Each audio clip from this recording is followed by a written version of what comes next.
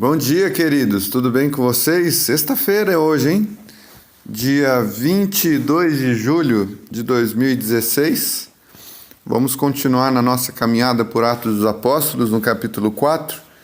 Lembrando que ontem, no capítulo 3, nós vimos que Pedro e João estavam subindo para o templo, né? Para um tempo de oração e tal. E eles encontraram um coxo mendigando, que ficava ali na porta chamada Formosa. E daí eles foram instrumentos da graça de Deus para enxergá-lo, conversar com ele e curá-lo na sua dificuldade, na sua enfermidade. E então esse homem foi pulando feliz junto com eles para a reunião de oração. Chegando lá, o pessoal ficou atônito com o que tinha acontecido com esse homem. Pedro então se levanta mais uma vez com intrepidez, com coragem, com ousadia, como fez no dia de Pentecostes, e ele então ensina os irmãos a respeito de Jesus, falando da morte e ressurreição de Jesus. E o resultado dessa pregação nós vamos ver agora no capítulo 4. Diz assim: falavam eles ainda ao povo quando sobrevieram os sacerdotes, o capitão do templo e os saduceus, ou seja, a galera que comandava as coisas ali no templo, ressentidos por ensinarem eles o povo e anunciarem em Jesus a ressurreição dentre os mortos, e os prenderam, recolhendo-os ao cárcere até o dia seguinte, pois já era tarde. Muitos, porém, dos que ouviram a palavra, aceitaram-na, subindo o número de homens a quase 5.000. Ressentiram por ensinar eles o povo e anunciarem Jesus a ressurreição entre os mortos. Olha que interessante. Os sacerdotes, o capitão do templo e os saduceus prenderam João e Pedro por ressentimento, por mágoa, por inveja, por um sentimento totalmente avesso. Porque, de certa forma, eles colocavam em risco a religião judaica. Eles estavam num ambiente judeu, estavam anunciando algo que atualizava o judaísmo, de certa forma, e porque eram uma ameaça às estruturas da religião judaica, os sacerdotes não podiam aceitar aquilo de forma alguma. Até porque quem vive da religião tende a calar as vozes daqueles que ameaçam essa estrutura, que de certa forma sustenta e dá todos os subsídios para essas pessoas viverem. Reinventar-se na história é uma coisa que sacerdote de templo religioso não quer fazer. Renovar-se em relação ao entendimento das coisas é uma coisa que geralmente religiosos, casca-grossas, fariseus, fixados em seus dogmas e doutrinas, não têm disposição de fazer, porque isso os colocaria numa posição de muito desconforto. Por isso, a maioria faz o que esses homens fizeram. Prendam quem fala contra a religião, contra os nossos dogmas. Prendam aqueles que estão ensinando algo diferente para o povo. Prendam. Nós não cremos em ressurreição dentre os mortos, os saduceus diriam. Prendam quem está pregando a respeito da ressurreição. O sacerdote e o capitão do templo diria: prendam quem está falando de Jesus, porque nós não cremos em Jesus como Filho de Deus. Nós não cremos que Deus ressuscitou Jesus entre os mortos. Nós não queremos, porque aceitar isso seria aceitar tudo o que Jesus fez, falou e se propôs contra nós, nos chamando de hipócritas, nos chamando de falsos religiosos, nos chamando de gente cujo coração estava petrificado. É mais fácil prender os anunciadores das boas novas do que aceitar as boas novas, porque aceitar as boas novas significa uma revolução de dentro para fora, uma transformação de vida. E os sacerdotes não estavam dispostos a isso, mesmo que no meio deles houvessem 2.000 pessoas que aceitaram a mensagem. E o que antes eram 3.000 pessoas, agora se tornou quase 5.000 pessoas. Continuando a leitura no versículo 5. No dia seguinte, reuniram-se em Jerusalém as autoridades, os anciãos e os escribas, com o sumo sacerdote Anás, Caifás, João, Alexandre e todos os que eram da linhagem do sumo sacerdote, ou seja, a nata da religião judaica se reuniu. E pondo-se perante eles, os arguíram, perguntando assim: com que poder ou em nome de quem fizestes isto? Talvez se referindo ao coxo que foi curado.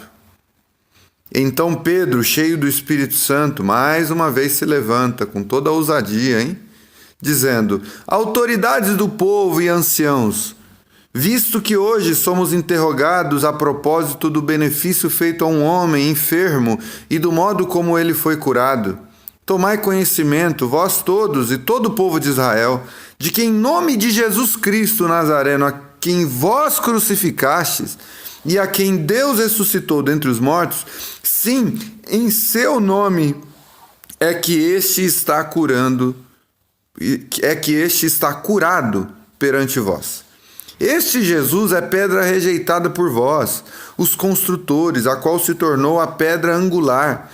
Não há salvação em nenhum outro, porque debaixo do céu não existe nenhum outro nome dado entre os homens pelo qual importa que sejamos salvos. Ou seja, nós não somos salvos por Moisés, nós não somos salvos por Davi, por Isaías, por Jeremias, nós não somos salvos nem por Abraão, que é considerado o pai da fé, nós não somos salvos por nenhum outro, nem pelo sacerdote, nem pelo sumo sacerdote, nós somos salvos por Jesus, que de certa forma está tomando aqui a forma de Deus no discurso de Pedro.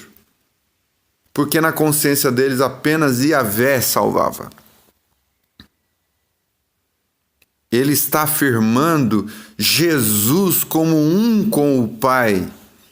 Jesus como o Senhor de toda a terra.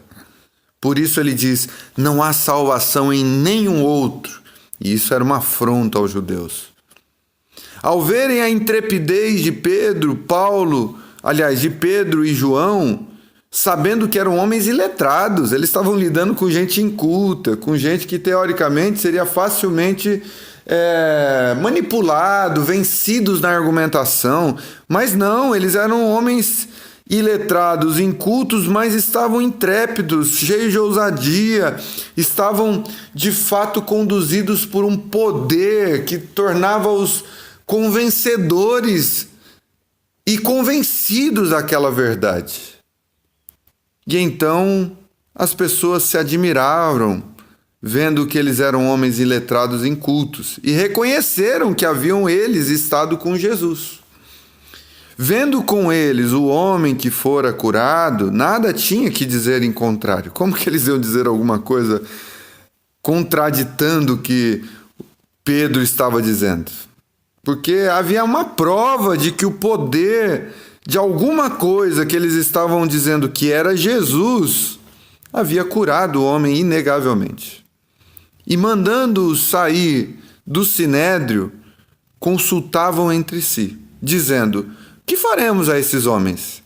Pois na verdade é manifesto a todos os habitantes de Jerusalém que um sinal notório foi feito por eles e não podemos negar. Mas para que não haja maior divulgação entre o povo, vamos ameaçá-los para que não falem mais esse nome a quem quer que seja. Chamando-os, ordenaram-lhes que absolutamente não falassem nem ensinassem em nome de Jesus. Mas Pedro e João, de forma intrépida novamente, responderam: julgai se é justo diante de Deus ouvir-vos ante a vós outros o que a Deus. porque nós não podemos deixar de falar das coisas que vimos e ouvimos. Depois, ameaçando-os mais ainda, os soltaram, não tendo achado como os castigar. Por causa do povo. Essas pessoas, esses religiosos, eram movidos pela popularidade. Sem o povo, eles não tinham dinheiro. Se o povo estava a favor dessas pessoas, eles não podiam castigá-los assim abertamente diante de uma maravilha, porque senão o povo se levantaria contra esses sacerdotes. Eles eram politicamente corretos. Eles eram como os religiosos de nosso tempo. Maria vai com as outras. Eles obviamente não vão admitir a verdade dos fatos, mas com certeza eles não vão se insurgir abertamente contra aqueles que o povo idolatra. Porque todos, diz o versículo 21, glorificavam a Deus pelo que acontecera. Ora, tinha mais de 40 anos que aquele em quem se operava essa cura milagrosa. Tinha mais de 40 anos aquele em quem se operara essa cura milagrosa. Uma vez soltos, procuraram os irmãos e lhes contaram quantas coisas lhes haviam dito os principais sacerdotes e os anciãos. Ouvindo isso, unânimes, levantaram a voz a Deus e disseram: Tu, soberano Senhor, que fizeste o céu e a terra, o mar, tudo o que neles há, que dissestes por intermédio do Espírito Santo por boca de Davi, nosso pai, teu servo, por que se enfureceram os gentios e os povos imaginaram coisas vãs? Levantaram-se os reis da terra e as autoridades ajuntaram-se a uma contra o Senhor e contra o seu ungido. Porque verdadeiramente se ajuntaram nessa cidade contra o teu santo servo Jesus, ao qual ungiste Herodes e Pôncio Pilatos com os gentios e gente de Israel, para fazerem tudo o que a tua mão e o teu propósito predeterminaram. Agora, Senhor, olha para as tuas ameaças e concede aos teus servos que anunciem com toda intrepidez a palavra, enquanto estendes a mão para fazer curas, sinais e prodígios por intermédio do nome do teu santo servo Jesus. Tendo eles orado, tremeu o lugar onde estavam reunidos. Todos ficaram cheios do Espírito Santo e com intrepidez anunciavam a palavra de Deus. Interessante, com intrepidez, mesmo tendo o risco de morte, de serem apedrejados, mesmo tendo o risco de perderem a própria vida, eles anunciavam cheios do Espírito, com intrepidez. Versículo 32. Da multidão dos que creram, olha que lindo, era um o coração e a alma. Ninguém considerava exclusivamente sua nenhuma das coisas que possuía, tudo, porém, lhes era comum.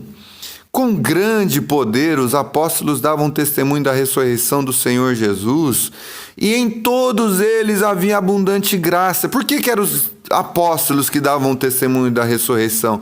Porque eles viram o Senhor ressurreto.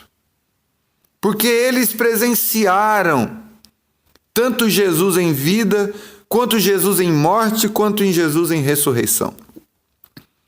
Versículo 34. Pois nenhum necessitado havia entre eles, porquanto os que possuíam terras ou casas, vendendo-as, traziam os valores correspondentes e depositavam aos pés dos apóstolos. Então se distribuía a qualquer um, à medida que alguém tinha necessidade. Não está falando que distribuía aos crentes, aos irmãos da comunidade. Distribuía a qualquer um, à medida que alguém tinha necessidade. José, a quem os apóstolos deram o sobrenome de Barnabé, que quer dizer filho de exortação, levita, natural de Chipre, como tivesse um campo, vendendo-o, trouxe o preço e o depositou aos pés dos apóstolos. Veja que interessante como a comunidade, a igreja, a assembleia, aqueles que creram em Jesus e se reuniam, se portavam, qual era a ação, a consequência da ação do Espírito sobre a vida deles. Eles tinham um só coração e uma só alma, Significa que eles não tinham divergências? Claro que havia.